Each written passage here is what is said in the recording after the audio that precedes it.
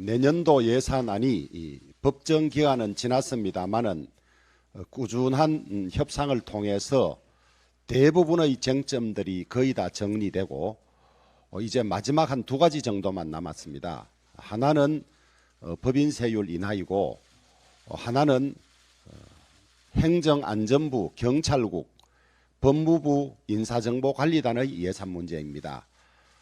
법인세 문제도 서로 허심탄회하게 이야기한 결과 어느 정도 의견 적번을 볼 수 있는 단계까지 되었습니다마는 마지막 쟁점으로 남은 것이 경찰국 운영 예산과 인사정보관리단 운영 예산입니다. 저희들이 볼 때는 정당한 법적 근거에 따라서 정부조직법의 그 근거를 두고 그 정부조직법에 따른 시행령이나 또 정부조직법에 따른 위임으로 적법하게 근거를 가지고 운영됨에도 불구하고 민주당이 그 예산을 전액 깎자고 하고 있습니다. 합법적으로 설치된 국가기관을 아무런 근거도 없이 인정해 주지 않겠다는 것은 그야말로 대선 불복이자 정권을 인정하지 않겠다는 말이나 다름이 없습니다.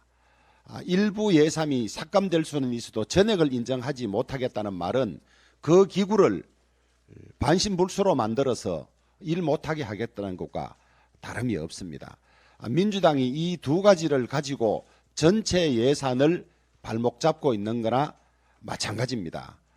예산 통과 이후에 국정조사를 하기로 했습니다. 예산 통과가 빨리 되어야만 국정조사도 원만히 될 것이기 때문에 민주당이 지금이라도 국정에 협조하고 또 시급한 경제 현실에서 재정이 제때 집행될 수 있도록 하여야 할 것입니다. 지금까지는 경찰 인사, 경찰 지휘를 대통령실 민정수석실에서 했습니다. 그것이 오히려 많은 문제를 낳고 부작용이 있다고 지적이 되어 와서 이번 윤석열 정부는 법에 따라서 투명하게 행정안전부 장관이 치안에 관한 책임자이고 또 경찰 인사의 재청권자이기 때문에 그 일을 제대로 투명하고 정부조직법 체계 안에서 하기 위해서 경찰국을 설치한 것입니다. 인사정보관리단의 경우도 예전에는 인사혁신처에서 그 업무를 민정수석실에 위탁을 했습니다마는 이번에는 그것을 법무부에 위탁한 것입니다. 법무부 인사정보관리단은 법무부 장관에게는 일체 보고를 하지 않고 또 검사 출신이 단장을 맡지 않는 걸로도 했기 때문에 민주당이 우려하던 것들은 말끔히 다 제거됐습니다. 그런데 이 5억의 예산 때문에 639조나 되는 정부 예산 전체를 발목을 잡고 있습니다. 빨리 생각을 바꾸고 정부 조직을 인정해서 예산이 제때 지금이라도 늦었지만은 집행될 수 있도록 협조해 주기를 바랍니다.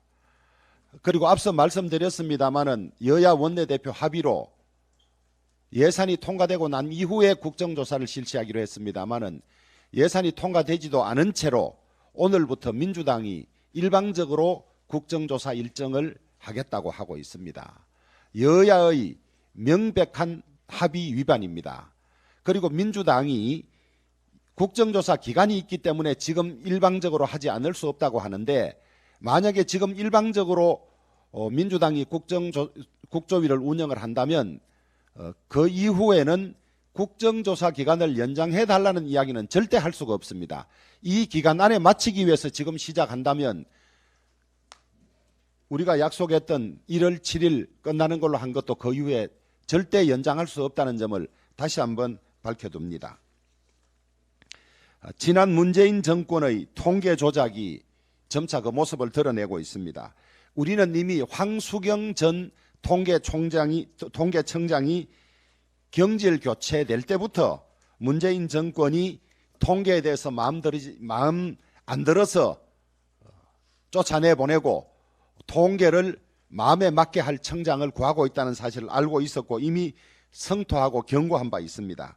하지만 이번에 감사원 감사 결과를 보니까 통계 조작이 우리가 예상했던 바를 훨씬 뛰어넘는 범죄 행위가 개입된 것이 점차 드러나고 있습니다.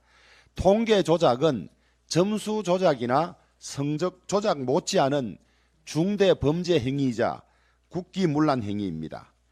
소득 분배, 비정규직 숫자, 부동산 가격 등의 여러 분야에서 고의적인 조작 행위를 하면서 표본의 자의적인 교체는 물론 숫자의 임의적 입력 같은 짓도 저질렀다고 합니다. 심지어는 조작의 대가로 인사특혜까지 있었다는 내부 진술까지 나오고 있습니다. 통계 조작의 정도와 범위를 볼 때 이 문제가 단순히 통계청장 개인의 곡학아세나 출세욕으로만 치부될 수 있는 것이 아닌 훨씬 그 범위를 넘는 범정부 전체적인 묵인이나 조작이 있지 않았는가 하는 그런 의심을 가지고 있습니다.